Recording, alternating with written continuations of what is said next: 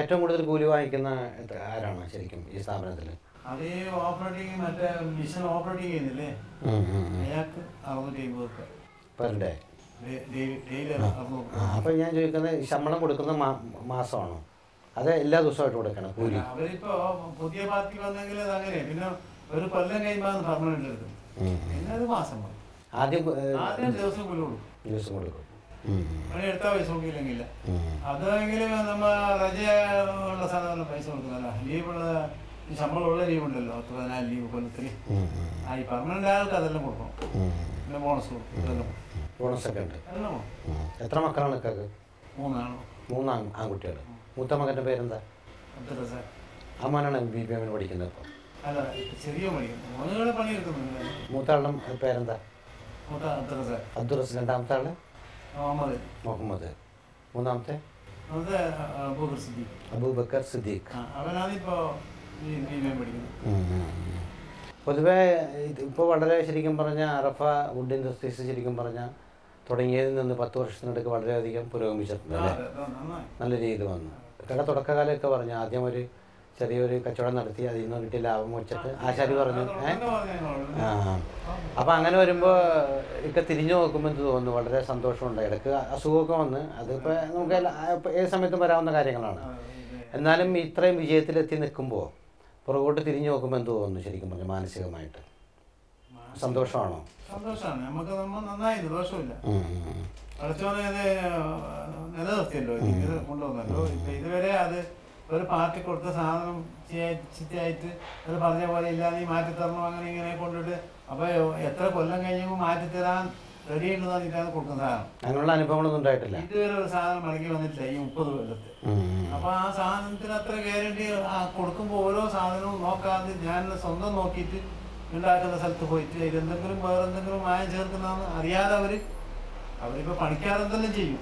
അവർക്കൊരു ഇവിടെ ഒരു കലയുള്ള മരം കണ്ടെങ്കിൽ ഇത് നല്ലത് വേണ്ട, ചീത്ത കലയിൽ കലയില്ലെങ്കിൽ അതെടുത്തിട്ട് മാറ്റിയുള്ളൂ. അതെല്ലാം നമ്മൾ സ്വന്തം നോക്കിയിട്ട് ചെയ്യിപ്പിക്കേണ്ടി വരും. ഇപ്പോൾ ഒരു കമ്പുണ്ടെങ്കിൽ അവർക്ക് കൊത്താൻ വില ഉണ്ടാവും, അതിന് ഈ കമ്പില്ലാത്ത മറ്റേ വേറെ വില ഉണ്ടാവും ഡ്യൂപ്ലിക്കേറ്റ്. അപ്പൊ ഇതിന് സെറ്റാക്കിയിട്ട് ഇവർ കൊടുക്കും പണിക്കാർക്ക് എന്തുണ്ടെങ്കിൽ അതെല്ലാം നമ്മൾ നോക്കേണ്ടി വരും. വളരെ ശ്രദ്ധ വേണ്ട ഒരു ബിസിനസ്സാണ് അല്ലേ? ഈ 40 പണിക്കാർ പണിയെടുക്കുന്നത് 40 സ്ഥലത്തും. ഈ മക്കളോട് ഇത് പറഞ്ഞിട്ടുണ്ടല്ലോ, മക്കൾക്ക് അറിയാം, അവർക്ക് വ്യക്തമായിട്ട് അറിയാൻ കാര്യങ്ങൾ. അവരും വാപ്പാടെ ഈ ബിസിനസ്സിൽ വളരെ താല്പര്യമാണോ? അറിയും. പിന്നെ ഈ മിഷൻ എല്ലാം നടത്താൻ പഠിച്ചു. ചില സ്ഥലത്ത് നമ്മുടെ കേരളത്തിൽ ഇവിടുത്തെ പണിക്കാരെങ്കിൽ തിങ്കളാഴ്ച നമ്മൾ വരാൻ പറ്റിയിട്ടുണ്ടാവും കാത്ത്. അന്ന് ഒരേ പണിക്കാരുണ്ടായാലും ഓപ്പറേറ്റർ ഉണ്ടായാലും മറ്റേ ഓപ്പറേറ്റർ ഉണ്ടായാലും ഒന്നും ഉണ്ടായാലും അന്ന് എൻ്റെ മക്കളെല്ലാം കൂടിയിട്ട് ഉള്ളാളെ പിടിച്ചിട്ട് അന്ന് കച്ചവടം നടത്തും. അപ്പോൾ ഇപ്പോൾ പൂർണ്ണമായിട്ട് പണിക്കാരെ ആശ്രയിക്കേണ്ട ആവശ്യമില്ല. പണിക്കാർ പെട്ടെന്ന് പോയാലും മക്കള് നടത്തും. മക്കളുടെ വിവാഹമൊന്നും കഴിഞ്ഞിട്ടില്ലല്ലോ? കഴിഞ്ഞു. മരുമകളൊക്കെ ഇവിടെ തന്നെ ഉണ്ടോ? മരുമകളുടെ പേരെന്താണ്? ഫസീല. എന്തായാലും ഇക്ക വളരെ ഹാപ്പിയാണ്. കാരണം തുടങ്ങി വെച്ച ബിസിനസ് പടിപടിയായിട്ട് ഉയർന്ന് ഈ നിലയിലെത്തി. ഇനിയിപ്പോൾ നമ്മുടെ അതാണ് തീർച്ചയായിട്ടും ഈ അനുഭവങ്ങൾ വെച്ചിട്ട് ഇക്കാക്ക് എന്ത് തോന്നുന്നു, ഒരു വ്യവസായം വിജയിക്കണമെങ്കിൽ എന്തൊക്കെ ശ്രദ്ധിക്കണം ശരിക്കും പറഞ്ഞാൽ? കാരണം വളരെ താഴേന്ന് വന്ന് പടിപടിയായി ഉയർന്ന് ഇപ്പോൾ അറിയപ്പെടുന്ന ഒരു ഇൻഡസ്ട്രി ആയിട്ട് മാറിയേക്കണം അറഫ വുഡ് ഇൻഡസ്ട്രീസ്. നമ്മൾ എന്തൊക്കെയാണ് ശരിക്കും പറഞ്ഞാൽ ശ്രദ്ധിക്കേണ്ടത് ഒരു വ്യവസായത്തിൽ? ഇപ്പം നമ്മുടെ ഈ സംഭാഷണം കേട്ടുകൊണ്ടിരിക്കുന്ന പ്രേക്ഷകർക്കും കൂടി വേണ്ടി ചോദിക്കുകയാണ്, ആരെങ്കിലും ഈ വ്യവസായത്തിലോട്ട് വരാൻ ആഗ്രഹിക്കുന്നുണ്ടെങ്കിൽ വളരെ അനുഭവ സമ്പത്തുള്ള ഇക്കാക്ക് എന്ത് അവരോട് പറയാൻ പറ്റും? എന്തൊക്കെയാണ് നമ്മൾ ശ്രദ്ധിക്കേണ്ടത്? എടുക്കേണ്ടതിന് വിശ്വസ്തത വേണം. നിങ്ങളെല്ലാം വിശ്വസിക്കണം. ഇവന്റെ സാധനം വാങ്ങിയാൽ അത് ആ നിലനിൽപ്പ് നിർത്തണമെങ്കിൽ നമ്മൾ അതിനെ കുറെ അധ്വാനിക്കണം. വഞ്ചന ചതിയൊന്നും പാടില്ല.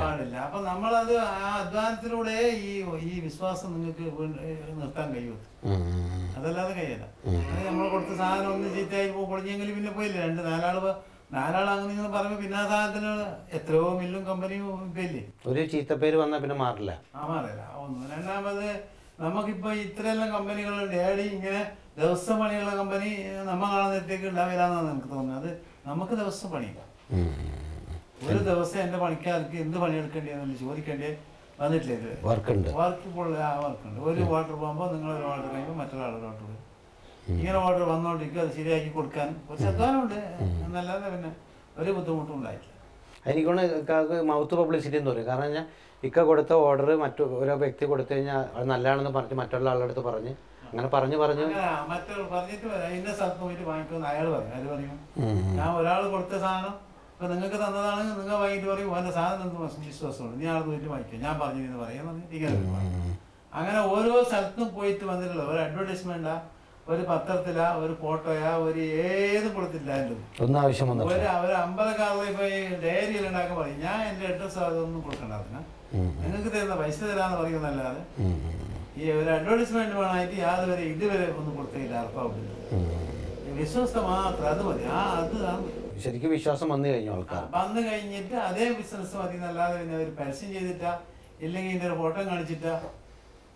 ഖാദി ബോർഡിന്റെ ഓഫീസർ നമുക്ക് ഖാദി ബോർഡിന്റെ ഇൻഡസ്ട്രീസാണ്. അപ്പൊ അവര് കുറേ സ്ഥലത്തേക്ക് ഒരു സാധനം നിങ്ങൾ എന്തെങ്കിലും ഒരു സാധനം എത്തിച്ചിട്ടാണ് നമുക്കത് പബ്ലിഷ് ചെയ്യാൻ വേണ്ടി പോകണം. ഞാൻ പറഞ്ഞു ഇവിടെ ഓർഡർ വരുന്ന സാധനം ഉണ്ടാക്കി കൊടുക്കാനേ കഴിവുള്ളത്. സമയമില്ല. അതെ, സമയമില്ല, അത് പണിക്കാറില്ല. ഇനി നമ്മ ഏറെ ഉണ്ടാക്കി കൊടുത്തിട്ട് അപ്പുറം കൊടുക്കാൻ കഴിയണ്ടേ? ഇതിനെ നിങ്ങൾ അഡ്വർടൈസ്മെന്റ് ആക്കിയിട്ട് പബ്ലിഷ് ചെയ്യണം. അത് നമ്മളെ സാധനം ഇല്ല, നമുക്ക് പണിക്കാരെ കിട്ടുന്നില്ല കേരളത്തിൽ. വിദേശികളെ പണിക്കാർ ഇപ്പോ ഗുജറാത്തിൽ നാട് നിന്നെല്ലാം വന്നിട്ട് പണിക്കാരുണ്ട്. പക്ഷെ അത് നമ്മളെ ഈ പണി ഇതുമായിട്ട് യോജിക്കുന്നില്ല. ഈ പണി അറിയാവുന്നവരല്ല ആണി വെക്കുന്നു, അത് 4 ദിവസം കഴിയുമ്പോൾ ആട്ടം വരും. അത് മരത്തിന്റെ കീല് കൊണ്ട് ഉറപ്പിക്കുന്ന ആ പണിക്കാരെ അവർക്ക് അറിയാം. അതിനെ ബലം കിട്ടുള്ളൂ അല്ലേ? അതിന് ബലം അത് ആ പണിക്കാർക്ക് അറിയുന്നില്ല. അവര് കൊടുത്ത ഉണ്ടാക്കിയ സാധനം നമ്മൾ 2-3 ഉണ്ടാക്കിയിട്ട് ആളെന്നുണ്ട് കൊടുക്കാൻ നമുക്ക് വിശ്വാസമില്ല, അത് നിൽക്കൂല. എന്തായാലും ഇക്ക തിരിഞ്ഞു നോക്കുമ്പോൾ പരിപൂർണ സംതൃപ്തനാണ് ശരിക്കും പറഞ്ഞത് അല്ലേ? നല്ല വിശ്വാസം അറിയിച്ചിട്ടുള്ള ആൾക്കാരിൽ നിന്ന് വിശ്വാസം കിട്ടിക്കഴിഞ്ഞിരിക്കുന്നു. അറഫ വുഡ് ഇൻഡസ്ട്രീസ് ഓരോ പടിപടിയായിട്ട് മുന്നോട്ട് പോയിക്കൊണ്ടിരിക്കുകയാണ്. എന്തായാലും കേരള വിഷൻ്റെ ഈ പരിപാടിയിൽ വളരെ തിരക്കുള്ള ഇക്ക ഇത്രയും സമയം ചെലവഴിക്കാനും അനുഭവങ്ങൾ പങ്കുവയ്ക്കാനും ഞങ്ങളോട് മനസ്സ് കാണിച്ചിട്ട് ഒരുപാട് സന്തോഷമുണ്ട്. അറഫ വുഡ് ഇൻഡസ്ട്രീസ് ഇനിയും ഒരുപാട് ഉയരങ്ങളിലേക്ക് പോകട്ടെ. അള്ളാഹുവിന് അനുഗ്രഹം ഉണ്ടാകട്ടെ. എല്ലാ നന്മകളും വരട്ടെ. എല്ലാ ആശംസകളും ഞാൻ നേരുന്നു. ഒരുപാട് സന്തോഷം. അസ്സലാമു അലൈക്കും. അറഫ വുഡ് ഇൻഡസ്ട്രീസിൻ്റെ പ്രൊപ്പറേറ്റർ ശ്രീ സുലൈമാൻ ഹാജിയുമായിട്ടുള്ള വിജയവേദിയിലെ അഭിമുഖം ഇവിടെ പൂർണ്ണമാകുകയാണ്.